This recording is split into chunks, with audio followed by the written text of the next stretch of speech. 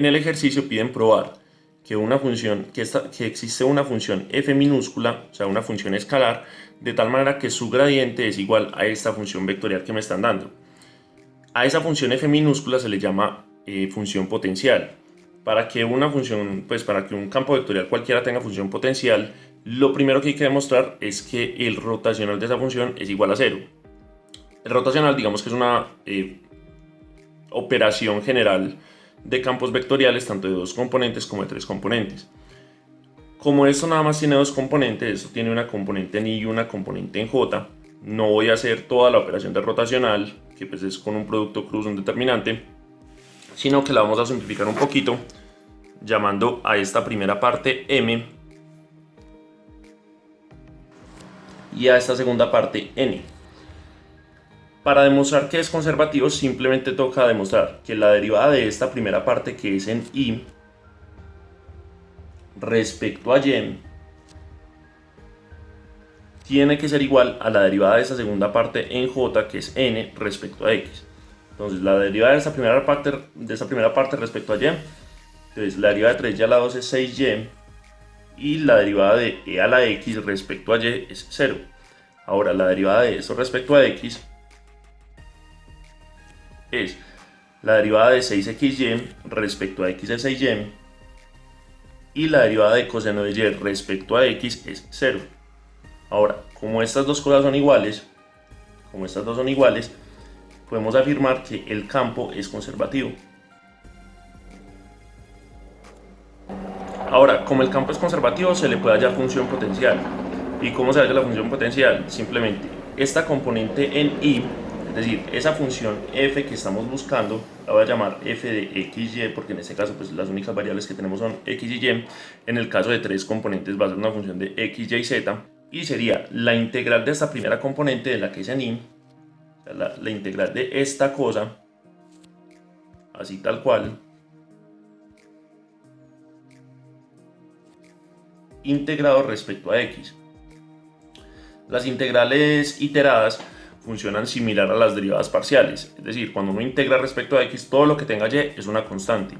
Por lo tanto, la integral de 3y a la 2, que es una constante, es 3y a la 2 por x. Y la integral de e a la x es una integral común y corriente, que es e a la x. Ahora, como estamos integrando respecto a x, y voy a poner un ejemplo por acá, todo lo que tenga y es constante, todo lo que tenga solo y es una constante. Entonces, poniendo un ejemplo por acá cualquiera, la derivada respecto a y de seno de x más x menos logaritmo de tangente de x, por decir cualquier cosa, es igual a 0. ¿Por qué? Porque esto solo tiene cosas con x. Como solo tiene cosas con x, al derivarlo parcialmente respecto a y, pues va a ser 0. Y digamos que todo esto, ¿para qué? Porque todo esto, toda esta parte, es en general una función en términos de y. Una función en términos de x. Y la derivada de una función en términos de x respecto a y es 0. ¿Por qué? Porque esto respecto a y es una constante. Es decir, toda esa introducción, ¿para qué? Para decir que cuando integramos respecto a x, al igual que en las integrales normales, o sea, las integrales sencillas, se ponía más c, o sea, más una constante, aquí también se pone más una constante. Pero la constante respecto a x es una función de y. ¿Sí? Nuevamente, al igual que todo lo que sea función de x es una constante respecto a y, todo lo que sea una función únicamente de y va a ser una constante respecto a x. Es decir, este es el equivalente a la c, voy a poner entre comillas, a la c de las integrales normales. Entonces, ya integramos esta primera función respecto a x, ahora lo que se hace es integrar la segunda función, o sea, integrar esta otra parte, así tal cual como está, respecto a y. Nuevamente, la componente en y se integra respecto a x, la componente en j se integra respecto a y. Y la integral de esta segunda respecto a y es igual a 6x. 6x es una constante respecto a y, entonces queda quieta. Y la integral de y sería y a la 2 sobre 2. más la integral de coseno de y, que la integral de coseno de y es seno de y. Y digamos que análogamente a como funcionaba acá, al igual que g de y es una constante respecto a x, aquí g de x es una constante respecto a y. Es más correcto por notación no ponerles el mismo nombre.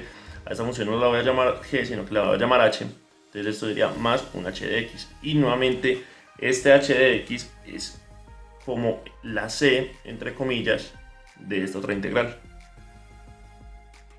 Reescribiendo un poquito ambas, esta primera simplemente la voy a reescribir poniendo esta x adelante, o sea, 3xy a la 2 más e a la x más g de y. Y esta segunda la voy a reescribir también como 6 sobre 2, este 6 se puede simplificar con este 2, mitad y mitad, por acá me queda 3, entonces quedaría 3xy2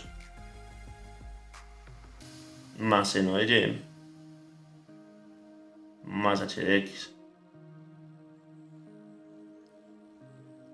Entonces, la función potencial que están pidiendo siempre va a ser igual a una especie de inventario o una especie de, sí, o sea, una especie de igualdad entre estas dos funciones que me resultan acá. Es decir, ¿a qué me voy a referir con inventario? En ambas está este término 3xy2, en ambas. Entonces, la función potencial f de xy va a ser igual a 3xy2, que es un término que se encuentra en ambas, más e a la x más seno de y. Es decir, es simplemente poner todos los términos que me aparezcan tanto en la primera función como en la segunda función que integré, sin repetir ninguno. Es decir, en este caso 3xy2 que estaba en ambos, solo lo pongo una vez y de resto pues pongo todos los subtérminos, por decirlo así, que salgan. En este caso e a la x y seno de y. Y esa es la función potencial. Ahora, eso nada más por notación, la función potencial también incluye una especie de constante de integración, una c. Y ya esta sería la función potencial que están pidiendo. Es decir, se puede verificar que si uno le saca el gradiente a esta función completa así tal cual como está, mi resultado tiene que ser este. Entonces es fácilmente verificable que esté bien.